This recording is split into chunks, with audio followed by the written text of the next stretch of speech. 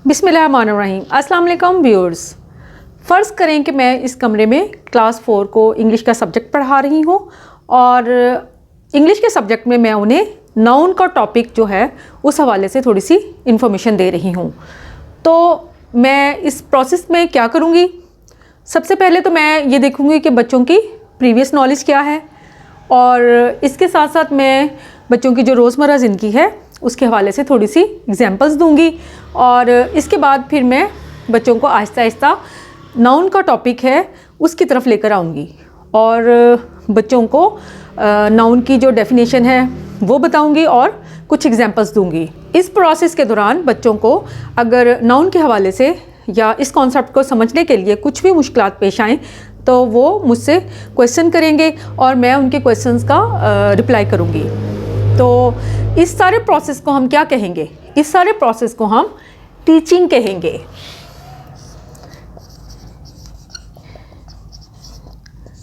गोया टीचिंग जो है वो एक प्रोसेस है। It is a process of interaction between two or more person।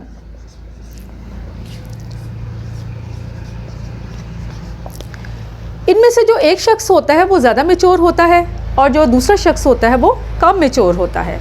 और जो ज़्यादा मैच्योर शख्स होता है वो जो कुछ भी मालूमात या वैल्यूज़ या किसी भी हवाले से कुछ स्किल्स रखता है तो वो जो कम मैच्योर शख्स है उसको देने की कोशिश करता है। तो जो टीचिंग है ये टू वे प्रोसेस होता है। लेकिन आजकल अगर हम सूरत हाल को देखें तो क्या टीचिंग ऐसे ही हो रही है? नहीं, टीचिंग ऐसे नहीं हो रही, बल्कि आप देख रहे हैं कि कोविड-19 की वजह से हमारे स्कूल्स बंद हैं, हमारी जो कोचिंग सेंटर्स हैं वो भी मुकम्मल तौर पर बंद हैं। लिहाजा बच्चे जो हैं वो घरों पर रहकर ही तालीम हासिल कर रहे हैं।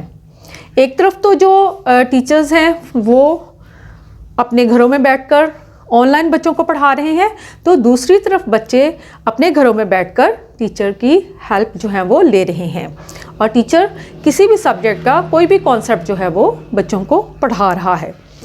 अब हम ये देखते हैं कि जो ऑनलाइन स्टडी है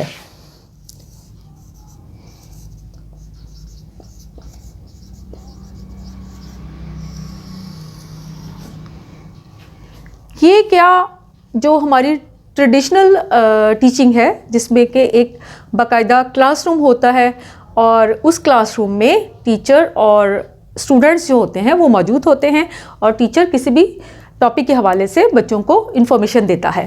अब अगर हम ऑनलाइन स्टडी की बात करें तो हमें कौन कौन से ऐसे स्टेप्स लेने चाहिए जिसकी वजह से ये जो इस वक्त टीचिंग हो रही है जो कि ऑनलाइन हो रही है उसको ज़्यादा से ज़्यादा फ़ायदामंद बनाया जा सके। यानी कि एक तरफ तो ये बच्चों के लिए भी फ़ायदामंद हो और दूसरी तरफ ये टीचर्स के लिए भी फ़ायदामंद हो। और अगर टीचर के मकसद को अगर हम देखें तो टीचर का मकसद ये है कि बच्चे को ज़्यादा से ज़्यादा मालूमात दी जाएँ, उनको स्किल्स दी जाएँ और इस तरह उनके एटीट्यूड को बेहतर किया जाए और इस तरह से जो हमारे educational AIIMS, goals and objectives हैं उनको हासिल किया जाए। और दूसरी तरफ बच्चे का भी यही मकसद है कि वो टीचर से ज़्यादा इंफॉर्मेशन हासिल करे। तो हमें कौन कौन से ऐसे स्टेप्स लेने चाहिए? सबसे पहले तो मैं आपके साथ ये डिस्कस करूँगी कि आपने जहाँ पर भी जिस कमरे में भी बैठकर आपने ऑनलाइन स्टडी करनी है उसमें मुकम्मल तौर पर कोई भी इंटरफेरेंस नहीं होनी चाहिए।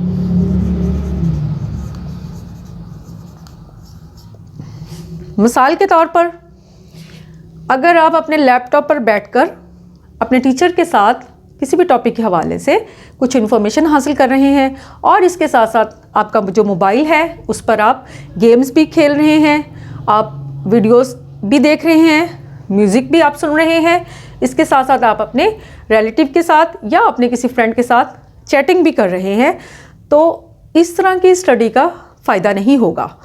तो आपने कोशिश करनी है कि आपने जिस कमरे में और जिस कमरे के कोने में बैठकर अपने टीचर से ऑनलाइन कांटेक्ट करना है उसमें किसी किस्म की भी इंटरफेरेंस ना हो और इसके साथ साथ ना सिर्फ बच्चे को बल्कि घर के जो दीगर अफराद हैं उनको भी ये कोशिश करनी चाहिए कि वो उस कमरे में कि जहाँ पर बच्चा जो है ऑनलाइन स्टडी कर रहा है वहाँ पर किसी किस्म का भी शोर ना हो। मिसाल के तौर पर आप कमरे में बैठकर ऑनलाइन स्टडी कर रहे हैं और आपका जो छोटा भाई है वो आपसे पूछने लग जाता है कि क्या मेरा जो बैट आपने कल लिया था वो आपने कहाँ रखा है। इसका मतलब है कि आप डिस्टर्ब हो गए। इसके साथ साथ आपकी जो छोटी बहन है, फ़र्ज़ करें वो आपके पास आती है और वो कहती है कि मेरी गुड़िया कल आपने कहाँ रखी थी, या अम्मी जो है वो बाहर से आवाज़ लगा रही हैं कि बेटा नाश्ता कर लो, या नाश्ते में आप पराठा खाओगे या रोटी खाओगे। तो इस तरह की जब डिस्टर्बेंस होगी तो आप ऑनलाइन स्टडी का जो मुकम्मल तौर पर फ़ायदा नहीं ले सकते। लिहाजा आपने मुकम्मल तौर पर इंटरफेरेंस नहीं करनी, ना आपने करनी है और इसके साथ साथ ना ही आपके फैमिली के किसी और मेंबर ने किसी भी हवाले से इंटरफेरेंस करनी है। इसके साथ साथ आपने एक प्रॉपर प्लेस जो है ना वो फिक्स करनी है ऑनलाइन स्टडी के लिए। मिसाल के तौर पर वो प्रॉपर प्लेस जहाँ पर किसी भी किस्म की कोई भी जो इंटरफेरेंस है वो ना हो और आप मुकम्मल तवज्जो और ध्यान अपनी स्टडी पर दें।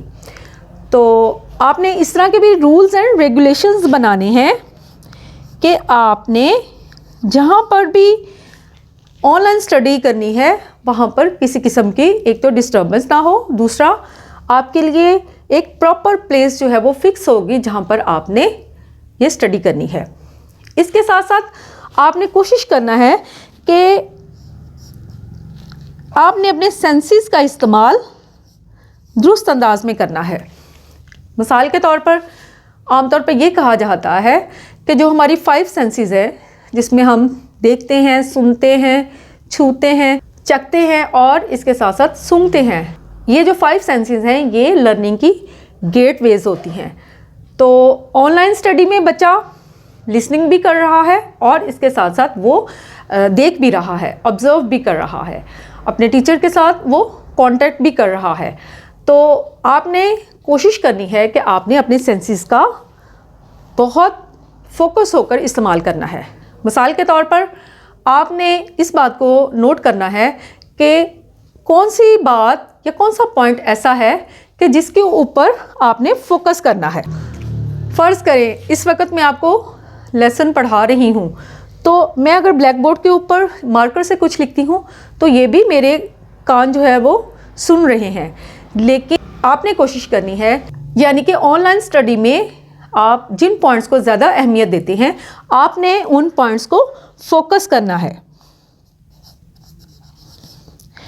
आपने फोकस करके उनकी लिसनिंग करनी है। आपने उस इंफॉर्मेशन को अपने माइंड में प्रोसेस करना है और इसके बाद आपने प्रोसेस करनी है इंफॉर्मेशन और आखिर में आपने कोशिश करनी है कि जो भी इंफॉर्मेशन आप प्रोसेस कर रहे हैं उसको रिटेन भी करें।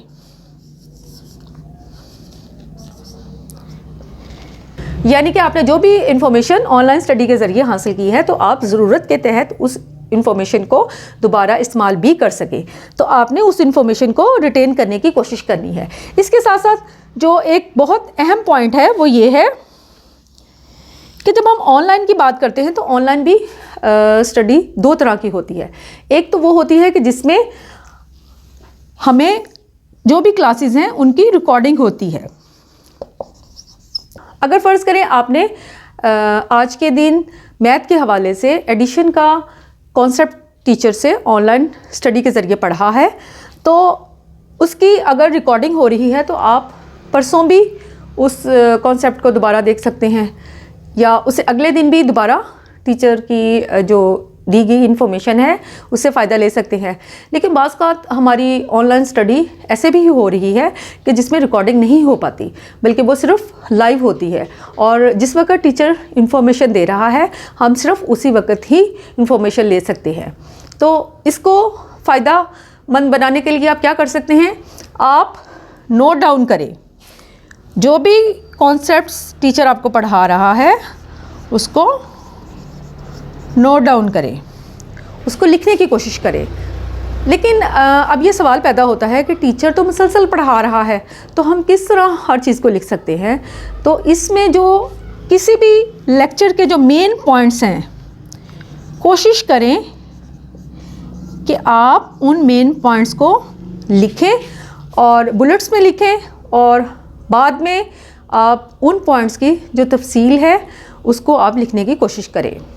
तो व्यूअर्स, आज मैंने आपको ऑनलाइन स्टडी के हवाले से थोड़ी सी इन्फॉर्मेशन दी है, क्योंकि आपको पता है कि हम कोविड-19 के साथ इस वक्त अपना वक्त गुजार रहे हैं और हमारे बच्चे जो हैं वो घरों पर ही अपनी तालीम जो है वो जारी रखे हुए हैं। तो हम इन इक़दामात को अगर मद्देनज़र रखें तो बच्चों की जो ऑनलाइन स्टडी है उसको ज़्यादा से ज़्यादा बेहतर बना सकते हैं। तो व्यूअर्स, अगर मेरी वीडियो आपको पसंद आई हो तो मुझे ज़रूर कमेंट बॉक्स में लिखिएगा। इसके साथ साथ अगर आपने मेरे चैनल को अभी तक सब्सक्राइब नहीं किया तो मेरे चैनल को सब्सक्राइब करें। अगली वीडियो तक के लिए अल्लाह हाफिज़, शुक्रिया।